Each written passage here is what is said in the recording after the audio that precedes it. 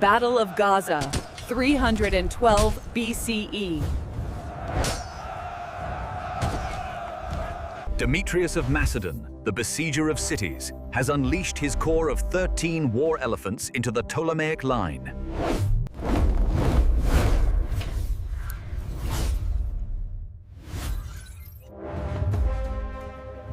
It's the decisive moment.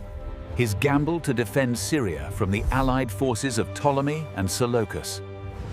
Commanders of Alexander, who were all but kings of Egypt and Asia Minor. But though the allied army outnumbers him, Demetrius has fought them to a standstill. Both sides have broken their cavalry lances and now fight with swords.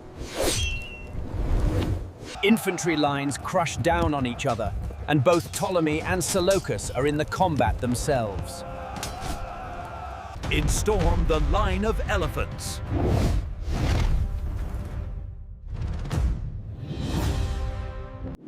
Unstoppable titans, each carrying a small fortress keep on its back, loaded with archers. The monsters thunder toward a formation of Ptolemy's light infantry. But Ptolemy was with Alexander in India, and he has faced elephants before when Perdiccas tried to cross the Nile. Which is why he hasn't used light infantry in his center, but a specially trained anti-elephant unit.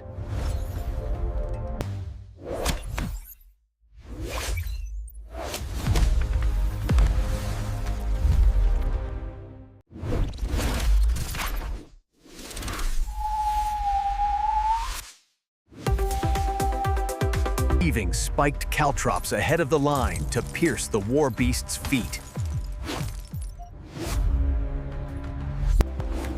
While deploying spiked obstacles linked by chains.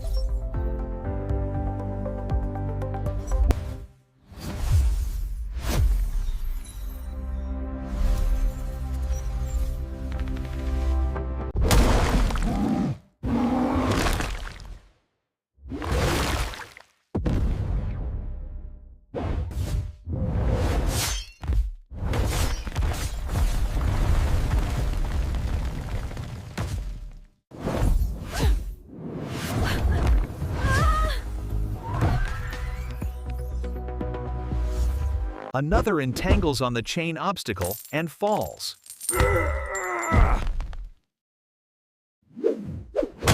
Then light infantry swarms them like ants on an injured, dying swallow. A horn calls retreat.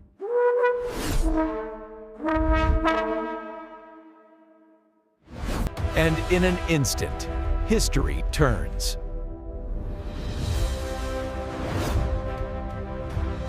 For millennia, men will speak of a Ptolemaic Empire and a Seleucid Empire.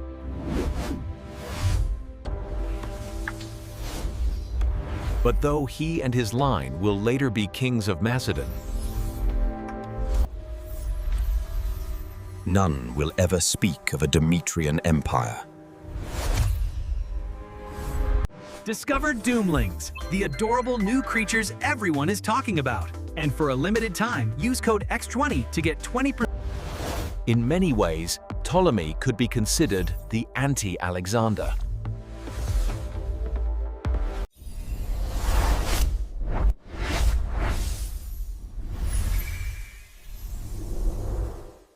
Conquer.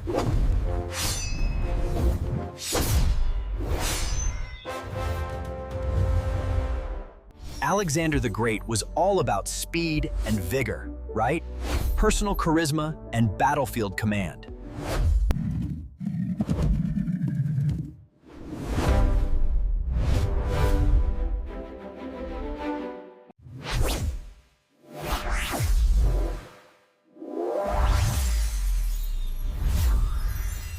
Like the moment he took a city or toppled an empire, he was just itching to drive on to yet greater achievements. More! Arr!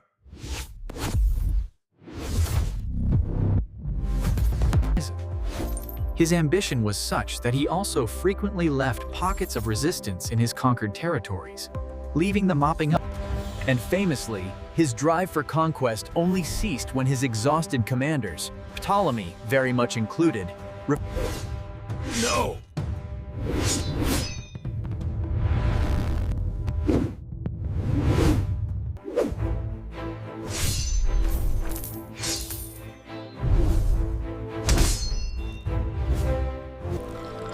But Ptolemy's ambition was not so grandiose as Alexander or his fellow successors.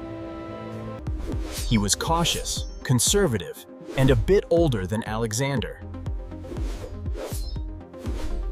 Ptolemy wasn't a gambler.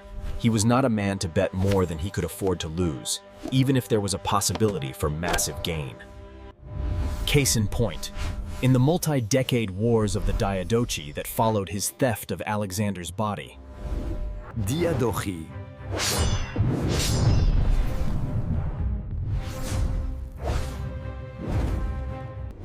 Ptolemy was smart enough never to bet the crown of Egypt, even if it could have meant winning Macedon.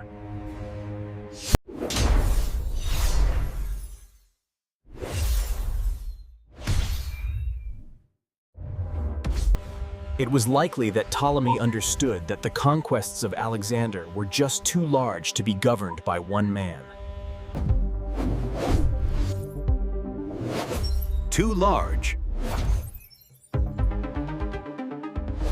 And even if he did take Macedonia, it would have been hell to hold it from his power base in Egypt. Which is not to say that he pursued an entirely defensive strategy. Instead, he built a large navy and focused on acquiring coastal territories.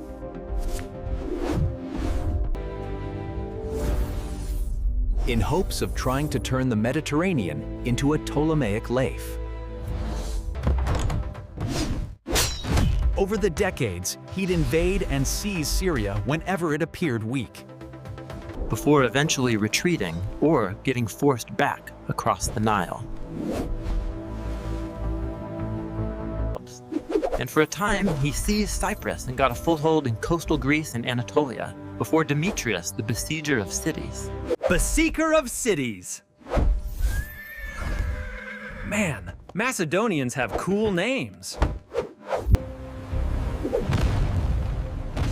Rallied his own ships and smashed the Egyptian fleet.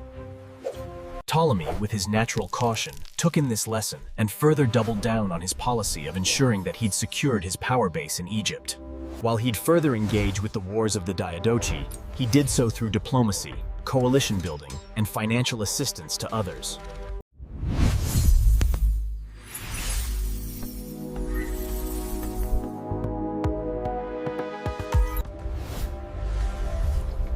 Never after Gaza did he command an army. And never after the campaign in Greece did he accompany a military expedition. And the entire empire started brawling about who would be the new legitimate heir. Ptolemy decided to stay out of it.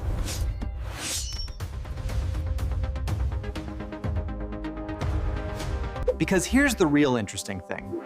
See, Ptolemy seems to have had a quality that is very underrated in leaders. Say it with me now.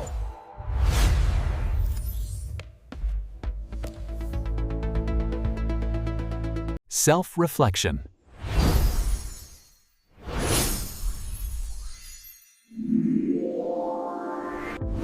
He had a good grasp of his strengths and weaknesses.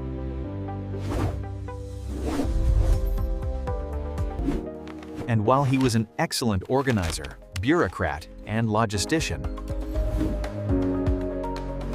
he was, at best, a middling field commander.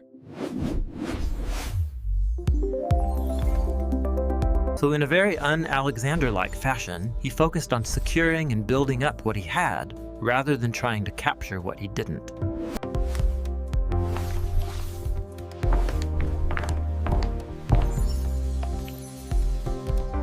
The isometric data visualization really highlights the growth in the last quarter. Absolutely, and the smooth transitions make the data incredibly engaging for the user. Our new design language integrates seamlessly with the data visualization tools.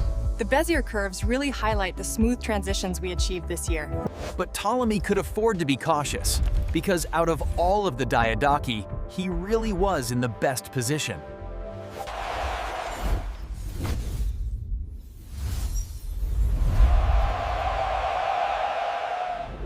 First of all, Egypt was one of, if not the richest satrapy Alexander conquered.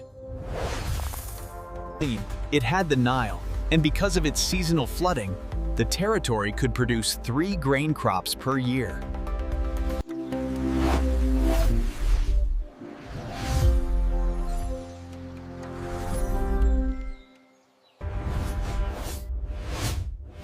Given that it was Macedonia's strong agriculture that built its military, Ptolemy understood how powerful that could be for both trade and defense. Besides, since the Persians had never undone the Egyptian bureaucracy during their period of rule, merely adding their own efficient flourishes to it. Flourish!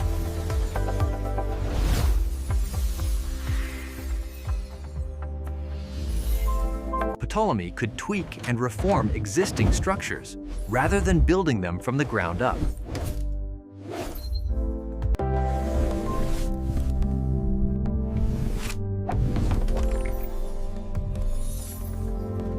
In fact, the previous 30th dynasty and the Persian occupiers that succeeded it had already started to introduce currency on a small scale. Which was at the top of Ptolemy's list. Actually, not long after the Battle of Gaza, around 311 BCE. Ptolemy started minting gold, silver, and copper coins to replace the mix of mostly Greek currencies circulating in Egypt. These had Alexander's face on them, as did all the coins minted by Alexander's successors in the early years. To emphasize Ptolemy's connection to the great man and claim the title of Alexander's true successor. Also, around that time, he declared Egypt to be a closed monetary zone. Meaning that, like most nations today, you had to conduct business in local currency. This not only meant that Ptolemy could keep control of the money supply, but he could also charge a percentage on merchants exchanging foreign coins upon entry, as well as taxing their imports and other trade activities within the satrapy.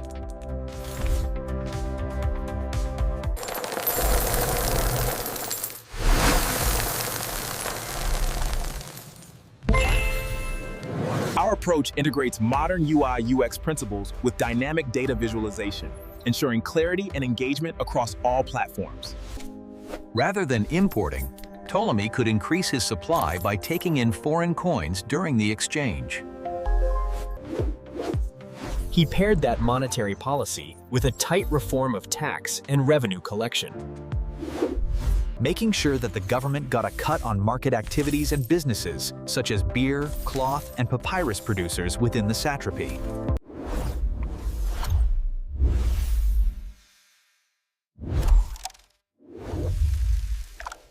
With all this new revenue, he poured funds into using new irrigation methods to drain marshes and redirect water flow away from the Nile.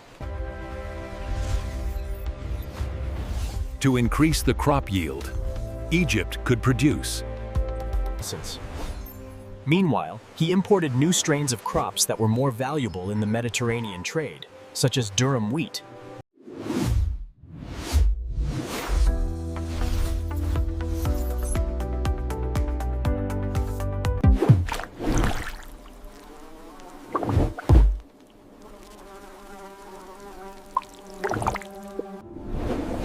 Also, he massively built up his new Greek-style capital of Alexandria. It was to take the crown from Memphis as the greatest city in Egypt.